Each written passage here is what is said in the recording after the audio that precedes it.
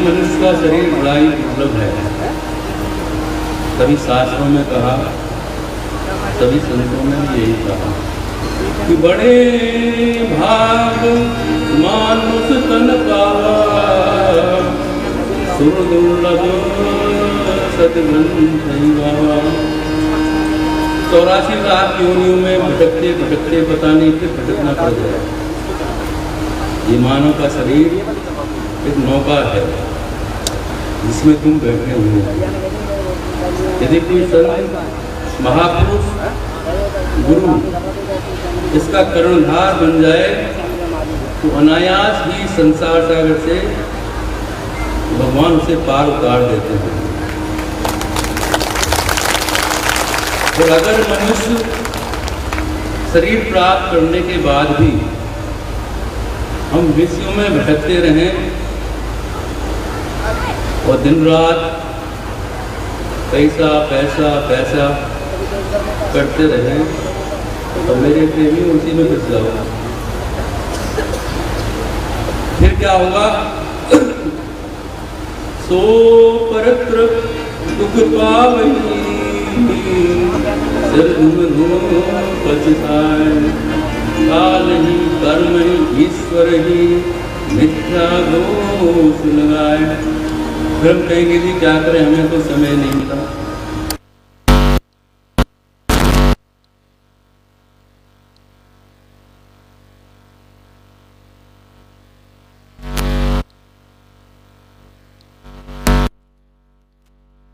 मेरे प्रेमियों पर लोक में दुख पाता है और सर पीट पीट कर पछताता है और अपना दोष भगवान पर लगा देता है।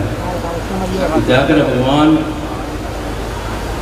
हम तो आपके ही कार्य में लगे रहे, आपने परिवार दिया, बच्चे दिया, उन्हीं के चक्कर में लगे रहे।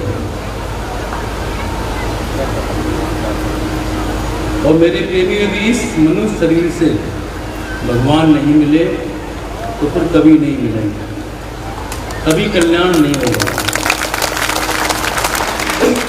इसलिए एक एक क्षण व्यर्थ ना जाए। कोई भी कर्म नहीं हो रहा है, हमसे जप तप योग साधन नहीं बन पा रहे हैं, कोई बात नहीं। हम केवल हरि संकीर्तन ही कर लें तो भी हमारा कल्याण निश्चित है। हम मानव बनना चाहते हैं, परमात्मा से मिलना चाहते हैं, परमात्मा का दीदार करना चाहते हैं, तो मेरे प्रेमियों याद कर लो कि हम परमात्मा को याद करें। हम परमात्मा को क्या वचन देकर आए हैं? जब हम गर्भ में थे तो परमात्मा ने हमसे वचन लिया था। उस वचन को याद करें कि परमात्मा ने हमें कृपा का शरीर दिया है, वो हमारी रक्षा कर रहा है, क्योंकि मेरे प्रेमियों श्वासों का मालिक परमात्मा है। एको प्रश्वासो नवकोटि मूल्य। श्वास किसी के हाथ में नहीं, डॉक्टर के हाथ में भी नहीं, और इन श्वासों का कोई भरोसा नहीं। पर हम उस परमात्मा को भूलते जा रहे हैं। हमें उनकी याद आनी चाहिए, हमें उनकी याद में व्याकुल हो जाएं, तड़पने लग जाएं, उस परमात्मा से प्रेम। काल सभी को खा जाएगा, काल सभी को खा जाएगा। लेडीज हो या जेंट्स, जगत में कोई न परवाह है, जगत में कोई न परवाह है। तेल चमेली चंदन साबुन, तेल चमेली चंदन साबुन, चाहे लगाओ से जगत में कोई न परवाह है, जगत में कोई न परवाह है।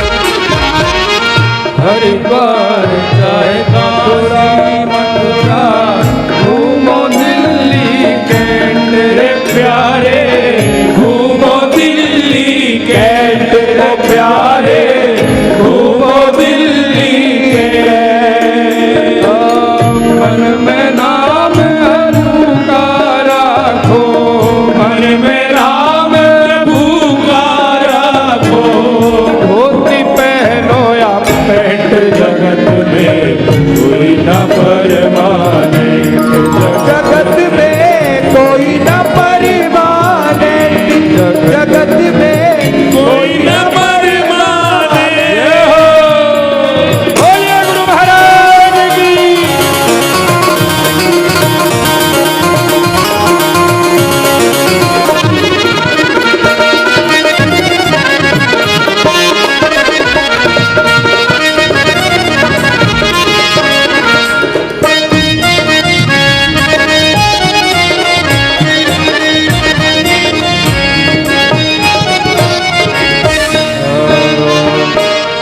साधु संग की संगत कर लो ये सच्ची गवर्नमेंट रे प्यारे ये सच्ची गवर्नमेंट रे प्यारे ये सच्ची गवर्नमेंट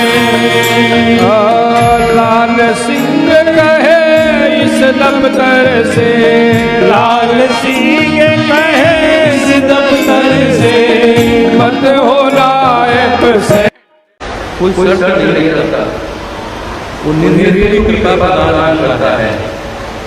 नवे के पैकेज में जाकर मुझे भूख लगा के आकर वो हमसे किसी प्रकार की इच्छा नहीं रखता, वो सिर्फ सत्कर्म करने का उपदेश देता है। शरीर के पेट में स्वतंत्र कर दिया कि तू अब ऐसा कर्म करने के लिए नाना योनियों में नहीं भटकना पड़ेगा, इस 84 लाख योनियों में नहीं घूमना पड़ेगा। ये शरीर हमारा 5 तत्वों से बना है, क्षितिज जल पावक गगन सरीरा पंच से रचित है अदम शरीरा। और इन 5 तत्वों में से हम एक ही मालिक नहीं, हम जबरदस्ती है करें वो अलग बात है। ये शरीर भगवान का दिया हुआ है और भगवान हमें बहुत सारी सुविधाएं देता है, फैसिलिटी देता है। जब जीव गर्भ में होता है वहाँ कौन कैसे करता है? मल मूर्ति के बीच में जीव रहता है, एक पतली सी झील के अंदर, वहाँ कौन खाना देता है जीव को? परमात्मा। वो बच्चा जब पैदा हुआ है उससे पहले ही उसको खाने देने की व्यवस्था कर देता है। बाहर निकले तो लाइट मिल गई, सूर्य का प्रकाश, चंद्रमा का प्रकाश, और मेरे में कोई बिल नहीं देता, सरकार तो हमें बिल देती है और परमात्मा कोई बिल नहीं देता। अनाज पैदा करने के लिए भूमि हमें दी, तो हमारा शुक्रिया करना बनता है भगवान का। पर हम का नाम नहीं ले रहे हैं, मन में विचार कि हम कितनी बड़ी भूल कर रहे हैं, हमें कर्तव्य नहीं होना चाहिए। समय समय पर भगवान अपने भक्तों की रक्षा करने के लिए आते हैं, पर हमारी बुद्धि हो जाती है। हम कहते हैं भगवान कैसा है, किसने से दिया है, क्या कर रहा है, भजन तो बाद में कर लेंगे, अभी तो कमाने खाने के घूमने फिरने मौज मस्ती कर रहे हैं, बुद्धि हो जाएंगे भगवान भगवान ने सब कुछ हमें नहीं दिया, पर हम उसको मान देंगे। वो किए को नहीं माने उसे क्या कहते हैं मेरे प्रेमियों? कृतज्ञ होना बड़ा ही वजह है। शास्त्रों में लिखा है किसी कृतज्ञ का चेहरा देख लें तो आपका सुखी होगा। एक संत जंगल में तपस्या कर रहे थे। उनकी तपस्या इतनी बढ़ गई, बड़े बड़े स्किन के बैठे थे, चिड़िया शोर करने लगी। उन्होंने आँख उठाकर देखा तो सारी चिड़ियाँ बेहोश हो गई। संत ने देखा हजारों चिड़ियाँ मर गई हैं। उन्होंने फिर प्रकार के रस्सी में डाली और जीवित हो गई। उस संत को बहुत अहंकार हो गया, मेरे अंदर शक्ति आ गई, मैं इसको चाहूँ मार सकता हूँ, उसको चाहूँ अंदर कर सकता हूँ। वो कुटिया के लिए एक शहर में चले गए। एक घर के आगे बोले माता नारायण के नाम पर भिक्षा दीजिए। भीतर से आवाज आई कि महाराज मैं बालों को स्नान करा रही हूँ, इंतजार कीजिए। संत ने दोबारा कहा, फिर आवाज आई अंदर से कि बच्चे को वस्त्र पहना रही हूँ, इंतजार कीजिए। फिर संत ने आवाज लगाई, फिर उस महिला ने कहा कि आप इंतजार कीजिए, बच्चे को दूध पिला रहा है। उस संत को क्रोध आ गया, बोले क्या तुम मुझे नहीं जानती? मैं एक पल में तेरे घर को नष्ट कर दूंगा। भीतर से आवाज आई कि महाराज कोई और घर देखो, ये चिड़िया नहीं है जिसे तुम भस्म कर दोगे। महाराज जी का मुंह लटक गया, वो आगे चले गए। रास्ते में एक कसाई की दुकान थी।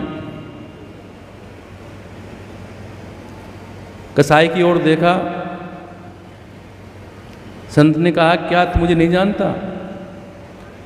कसाई बोला हाँ जी महाराज, कि तू अशुभ कर्म कर रहा है, मैं तुझे भस्म कर दूंगा। कसाई ने भी वही कहा कि महाराज मैं कोई चिड़िया नहीं हूं जिसे भस्म कर दोगे। संत का मुंह लटक गया, फिर चल दिए आगे। गांव के बाहर मरघोटों में एक चिता जल रही थी। वहाँ पर एक सुपच्छ बैठा था और मांस पका रहा था। संत को देखकर उसने मांस ढक लिया। संत खड़ा हो गया और बोला कि सुपच्छ से बोला कि तुम क्या कर रहे हो? सुपच्छ बोला कि मैं मनुष्य की खोपड़ी में गीदड़ का मांस पका रहा हूँ। तो संत बोले मुझे देखकर तुमने क्यों ढक लिया? कि बोला कि महाराज आप कृतज्ञ हैं, अगर आपकी इस पर दृष्टि पड़ गई तो ये खराब हो जाएगा, मेरा खाने से पेट खराब हो जाएगा। संत को बहुत गुस्सा आया। संत बोला अरे मूर्ख, पहले तो तू गीदड़ का मांस बना रहा है और वही मनुष्य की खोपड़ी में और मरघट में बना रहा है। इतने अपवित्र पदार्थ पर मेरी दृष्टि कैसे पड़ेगी? वो बोला महाराज कृतज्ञ की दृष्टि इससे भी बुरी होती है। संत जी खड़े रह गए और विचार करने लगे। मेरे प्रेमियों, वो सुपच्छ नहीं था, अभी तो भगवान नारायण ही थे। क्योंकि जब अपना भक्त भटक जाता है तो उसके अभिमान को नष्ट करने के लिए, भक्त को सीधे रास्ते पर लाने के लिए वो ऐसा करते हैं, परीक्षा लेते हैं। भगवान ने कहा कि ये मेरी भक्ति का परिणाम तो है, तेरे इससे क्या? किए को नहीं माने उसे मेरे प्रेमियों कृतज्ञ कहा जाता है। तो मेरे प्रेमियों, हमें भगवान ने मानव बनाया, हमारे लिए सब सुख सुविधाएं दी, तो हमें मानवता के गुण हमारे अंदर आना चाहिए। हमें खान पान, रहन सहन, हमारा आहार शुद्ध होना चाहिए, सात्विक होना चाहिए। भगवान ने हमारे खाने के लिए फल फूल, दूध, बहुत सारी चीज़ें बनाई हैं सात्विक, पर हम उन सात्विक चीज़ों को छोड़कर मांसाहारी बन गए हैं, मानव से दानव बन गए हैं। और जब तक मेरे प्रेमियों हमारे अंदर मानवता नहीं आएगी, अंदर पवित्रता नहीं आएगी, चाहे हम कितना भी इत्र लगा लें, पर अंदर जो पवित्रता है वो नहीं आएगी। मांस और शराब हमारी मानवता को नष्ट कर देते हैं। इसी से हमारी समाज में, देश में हिंसाएं हो रही हैं। विचार कीजिए, कि रावण के किए हुए तप यज्ञ कहाँ नष्ट हुए। कुंभकर्ण, जरासंध, कंस, शिशुपाल, इनके किए हुए तप कहाँ निष्फल हुए। इनको फल तो मिला पर राक्षसी प्रवृत्ति के हो गए। और भगवान साधु संतों की, मनुष्यों की, मानवों की रक्षा करने के लिए पर समय समय पर अवतार धारण करते हैं। वो दानवों का नाश करते हैं। रावण की सोने की लंका थी, पर अंत में क्या हुआ मेरे प्रेमी, उसका आज उसका पुतला जलाया जाता है। क्या यही गति थी उसकी? वह विद्वान था, प्रकांड विद्वान, बलवान था, बुद्धिमान था। शंकर जी खुद अभिषेक कराने उनके घर वहाँ पे आते थे। ब्रह्मा जी, बड़े बड़े इंद्र देवता, सारे देवता उनके अधीन थे। पर अंतोगति उसकी क्या दशा हुई? क्यों हुई? अहंकार के कारण। तो मेरे प्रेमियों, जिसने भी परमात्मा का विरोध किया उसकी अंतिम गति क्या हुई, ये विचार कीजिए। और भगवान को मानव से कितना प्यार है। भगवान ने हमें कृपा करके मानव का शरीर दिया, हम उसके प्रेमी बने, हम मानवता को धारण करें तो भगवान हमें प्यार करेंगे, भगवान हमारी रक्षा करेंगे, भगवान हमें आनंद खुशी देंगे। अब मानवता के गुण क्या हैं?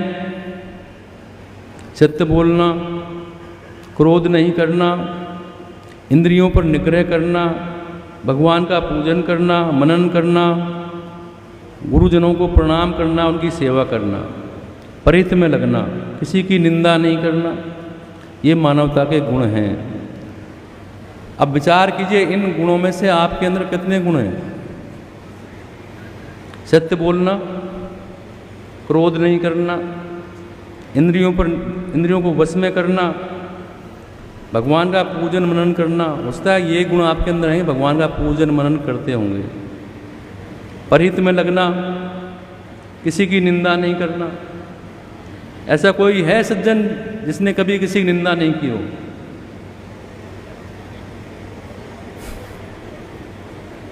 कोई नहीं है। तो ये मानवता के गुण हमारे अंदर आने चाहिए।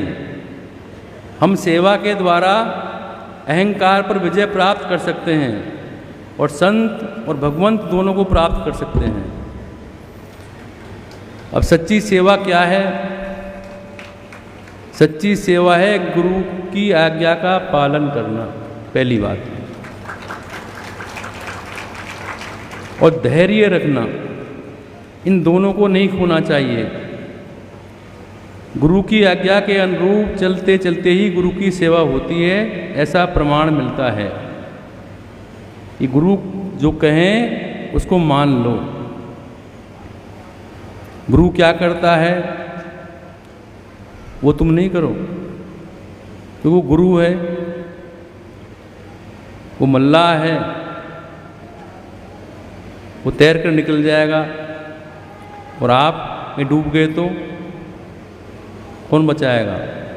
इसलिए जो गुरु कहे उसको करो। गुरु क्या करता है वो नहीं। तो सेवा प्रथम कर्तव्य है। सेवा हमारी मानव जीवन की नींव है, आध्यात्मिक ज्ञान की प्रथम सीढ़ी है और परमात्मा से मिलने का साधन है। और सेवा के बिना अभिमान खत्म नहीं होता।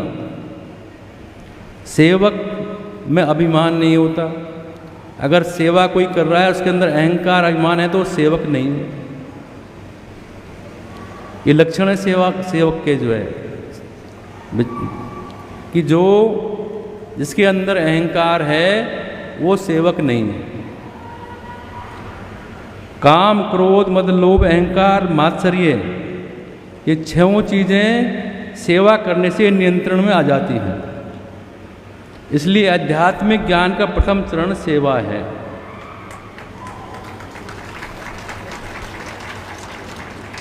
एक गुरु थे, उनके बहुत शिष्य थे। एक शिष्य भिक्षावृत्ति करता और जो कुछ भी मिलता वो अपने गुरु को दे देता। गुरु 1 महीने तक भिक्षा में से एक कण भी उस शिष्य को नहीं दिया। गुरु ने पूछा कि तुम क्या खाते हो, कि हम तुम्हें एक कण भी जो भिक्षा लाते हो उसमें से नहीं देते, फिर भी तुम मोटे ताजे हो रहे हो, तुम क्या खाते हो? शिष्य बोला कि गुरुजी मैं दोबारा भिक्षा लेकर आता हूँ, वो खा लेता हूँ। तो गुरुजी बोले कि हमारा ऐसा नियम है कि एक बार भिक्षा के बाद उस दिन दोबारा भिक्षा नहीं लेते। शिष्य बोला कि ठीक है गुरुजी मैं ऐसा नहीं करूँगा। 1 महीने के बाद गुरुजी बोले तू भिक्षा में से कुछ बचा लेता है क्या, पहले से और मोटा हो रहा है? शिष्य बोला गुरु महाराज मैं गौशाला में से दूध पी लेता हूँ। गुरुजी बोले कि दूध पीना निषेध है। 1 महीने बाद गुरुजी ने फिर वही पूछा तू क्या खाता है? शिष्य बोला कि महाराज बछड़े दूध पीते हैं, जुगाली करते हैं, जो झाग बचता है वो झाग में ले लेता हूँ, उससे मेरी उदर पूर्ति हो जाती है। गुरुजी बोला कि बेटा ये तो महान अपराध है, वो तो बछड़ों के लिए है और तुम उसको खा लेते हो। और बेचारे उसको भूख सताने लगी, क्या करे? उसने आक के पत्ते खाने शुरू कर दिए। गऊ चराता था, एक दिन में पत्ते खाते खाते क्योंकि उसमें जहर होता है अंधा हो गया और कुएं में गिर गया। गुरुजी ने कहा कि भाई वो शिष्य नहीं आया जो गऊ चराने गया, ढूंढ कर लाओ। ढूंढने चले गए गुरुजी, साथ में आवाज़ लगाने लगे तो शिष्य की कुएं से आवाज़ आई कि मैं कुएं में हूँ। गुरु महाराज बोले अश्विनी कुमारों का स्तोत्र मैंने तुम्हें सिखाया है, क्या तुम्हें याद है? शिष्य बोला कि हाँ याद है, इसका जाप करो, पाठ करो। और गुरुजी चले गए कहकर। शिष्य ने स्तोत्र का पाठ किया। अश्विनी कुमार प्रकट हुए, कहने लगे कि बेटा ये अमृत है, इसे पी ले, हमेशा अजर अमर हो जाओगे। और ये 2 मालपुए लाए हैं, इन्हें खा लो, तुम्हें जीवन और भूख नहीं लगेगी। शिष्य कहने लगे गुरु की आज्ञा के बिना मैं कुछ नहीं खाऊंगा न पीऊंगा। अश्विनी कुमार कहने लगे कि आंखों को ठीक करें या नहीं? शिष्य बोला गुरु महाराज के पास ले चलो, अगर वो कह दें तो ठीक कर दें। अश्विनी कुमार उस अंधे शिष्य को लेकर आश्रम में ले गए। आंखें ठीक हुई तब गुरु महाराज ने उस शिष्य से कहा कि बेटा तुम्हारा योग पूरा हो चुका है, अब तुम घर जा सकते हो। तो शिष्य बोला गुरु महाराज मैं जीवन भर गऊ चराता रहा, भिक्षावृत्ति करता रहा, मुझे कम से कम 4 अक्षर तो सिखा दो। मैं समाज में जाऊंगा तो क्या कहूँगा कि मुझे गुरु महाराज ने कुछ नहीं सिखाया। तो गुरु महाराज बोले कि बेटा मैं तुझे 14 विद्याओं का वर देता हूँ, आज तुम्हें पूर्ण आध्यात्मिक ज्ञान दे रहा हूँ, तुम चक्रवर्ती सम्राट राजा बनोगे, वरदान दे रहा हूँ, जाओ। उन्होंने कहा केवल धैर्य को नहीं खोना, मैंने तेरे धैर्य की परीक्षा ली है और उस परीक्षा में तू पास हो गया है। तो गुरु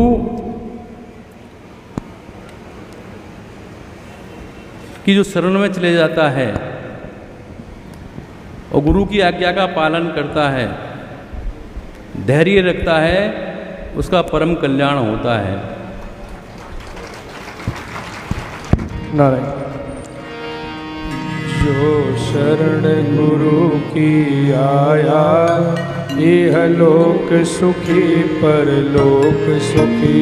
जो शरण गुरु की आया, इह लोक सुखी परलोक सुखी। जो शरण गुरु की आया, इह लोक सुखी परलोक सुखी। जो शरण गुरु की आया, इह लोक सुखी परलोक सुखी। जिसने गुरु ज्ञान पचाया, इह इहलोक सुखी परलोक सुखी। जिसने गुरु ज्ञान पचाया, इहलोक सुखी परलोक सुखी।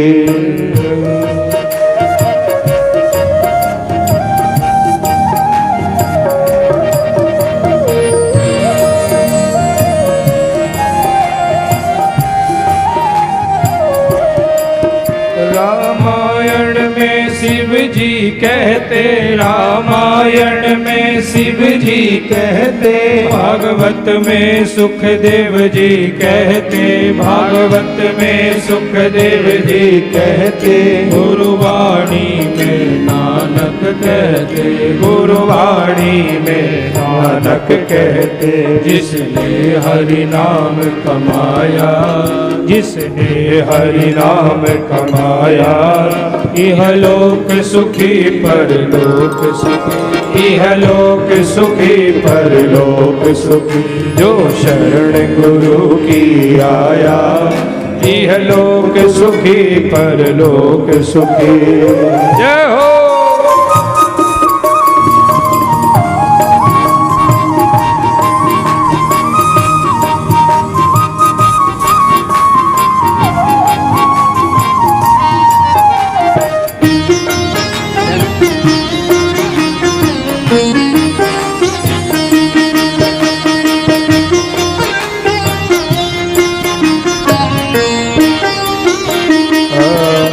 चिंता और भय सब मिट जाए, चिंता और भय सब मिट जाए, दुनिया के बंधन हट जाए, दुनिया के बंधन हट जाए, संकट के बादल छट जाए, संकट के बादल छट जाए। जिसने गुरु को अपनाया, जिसने गुरु को अपनाया, इहलोक सुखी परलोक सुखी।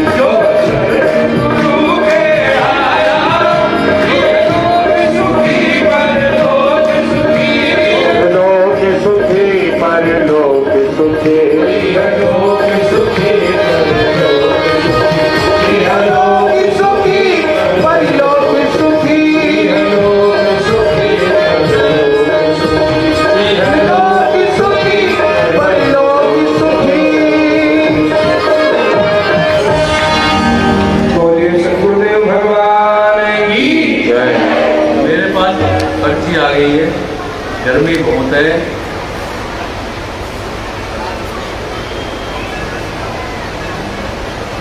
सभी को भूख भी लगी होगी, सुबह से आए हुए हैं। 5 मिनट और बोलूँगा, उसके बाद आशीर्वाद भोजन देता है। तो मेरे प्रेमियों, सार तत्व यही है कि मानव का जीवन बहुमूल्य है, कि भगवान की कृपा से हमें प्राप्त हुआ है। और इसकी सार्थकता क्या है? तो परमात्मा का नाम, उनकी सेवा, उनका संकीर्तन, उनका चिंतन करना। सभी कहते हैं कि संसार जितने भी वस्तुएं हैं या जितने भी रिश्ते नाते हैं वो सब टेम्परेरी हैं। जीव को जहाँ जाना है हमें वहाँ की तैयारी करनी चाहिए। हम पूरा जीवन धन संग्रह में निकाल देते हैं, तो अपनी चिंता करते हैं, अपने बच्चों की चिंता करते हैं, उनके बच्चों की चिंता करते हैं। पर जिसने हमें जीवन दिया, सब कुछ दिया, उस परमात्मा को हम भूल गए हैं। तो मेरे प्रेमियों, जब जाओगे तो परमात्मा पूछेगा कि मेरे लिए क्या लाए हो, मैंने तुम्हें वहाँ पर भेजा। मानव का शरीर दिया, तुम्हारी रक्षा की, खाने पान पीने का साधन दिया, सब कुछ किया, मेरे लिए क्या लाए हो? और संसार की वस्तुएं वहाँ जाएंगी नहीं, ये आप भी जानते हो। न तो वहाँ पे पैसा जाएगा, न गाड़ी जाएगी, न मकान जाएगा, और न रिश्ते नाते जाएंगे। कोई किसी के साथ गया है बताओ? कोई नहीं जाता है। जाएगा क्या कि लिया दिया तेरे संग चलेगा, धर्म का नाता है, हरि नाम की चिंता कर ले, देने वाला दाता है। तो जाएगा क्या? धर्म और कर्म। धर्म क्या है? अभी मैंने आपको बताया कि मानवता, परहित। तो धर्म और कर्म तुम्हारे साथ जाएंगे। प्रभु का नाम लोगे वो तुम्हारे साथ जाएगा। आपने सिकंदर का नाम सुना होगा, जिसका राज पूरे भूमि पर था। सिकंदर जहाँ से निकल जाए वहाँ विजयश्री। वो एक दिन मतवाला होकर गुजर रहा था। कुछ संतों ने देखा, संत नाचने लगे कि सिकंदर आया। संतों ने कहा कि तुम बहुत बलवान हो, वीर हो, योद्धा हो, और हम संत हैं, हम तो हमारे पास कुछ है ही नहीं। कहीं लंगोटी है, ओढ़ने को दुपट्टा है।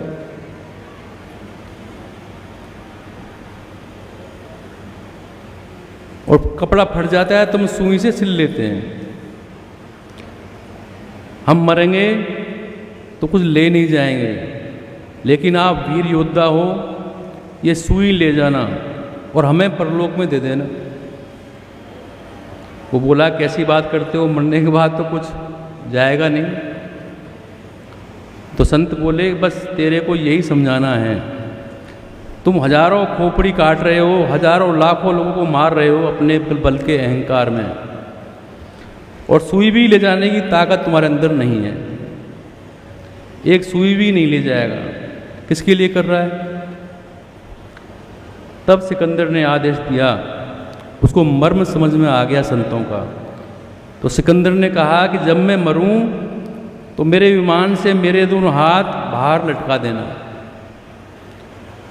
जिससे लोग जाने कि ऐसा पराक्रमी राजा, जिसने पूरे संसार को, भूमि को अधीन करने वाला भी मरकर जा रहा है, पर हाथ उसके खाली हैं।